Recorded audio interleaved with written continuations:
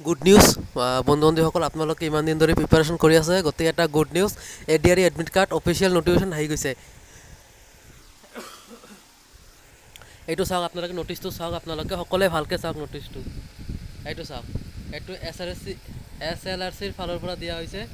এইটো চাওক HSSLC level মতলব হাই ছেকেণ্ডেৰী লেভেলৰ যিটো গ্ৰেড 3 আছে সেইটো এক্সাম 15 ছেপ্টেম্বৰতো হ'ব আৰু আপোনালোকে 2 তাৰিখৰ পৰা এডমিট কাৰ্ড ডাউনলোড কৰিব পাৰিব এইটো অফিচিয়েল SLC ফালৰ পৰা আহি গৈছে নটিফিকেশ্যন চাওক আপোনালোকে এইটো চাওক HSSLC লেভেল HSSLC অৰ ইকুইভেলেণ্ট এক্সামিনেশ্যন পাছ আপোনালোকৰ ডেট এণ্ড টাইম দিয়া হৈছে আপোনালোকৰ এক্সাম হ'ব 15 ছেপ্টেম্বৰ 2024 সানডে হ'ব আৰু আপোনালোকৰ টাইমিং এক্সাম আৰম্ভ হ'ব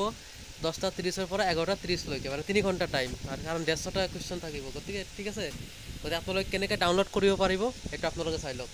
it is hereby inform that candidates who have applied for this post can download their admit card for the written examination by logging into the website of Government of Assam and the Board of Secondary Education Assam আপোনালোকে এই দুটো ৱেবছাইটৰ পৰা যিকোনো এটা ৱেবছাইটৰ পৰা admit card download কৰিব পাৰিব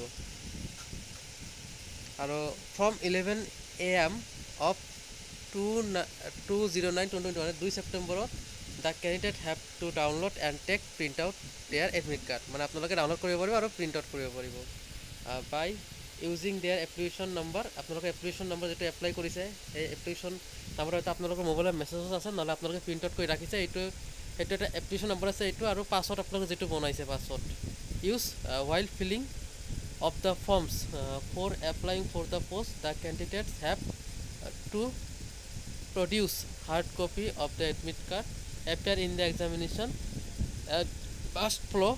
all the instruction mentioned in the admit card আপোনালোকৰ এক্সামত কি লৈ যাব লাগিব বা কি ল'ব পাৰিব কি ল'ব নোৱাৰিব সকলো ধৰণৰ ইনষ্ট্ৰাকশ্যন আপোনালোকৰ এডমিট কাৰ্ডত লিখা থাকিব ঠিক আছে এইটো চাওক the date and time for the examination written examination for the other categories of post shall be notified due to course of time technical support for free number এটা আপোনালোকে হেল্পলাইন নম্বৰত কল কৰিব পাৰে ঠিক আছে গতিকে সকলোকে শ্বেয়াৰ কৰক ধন্যবাদ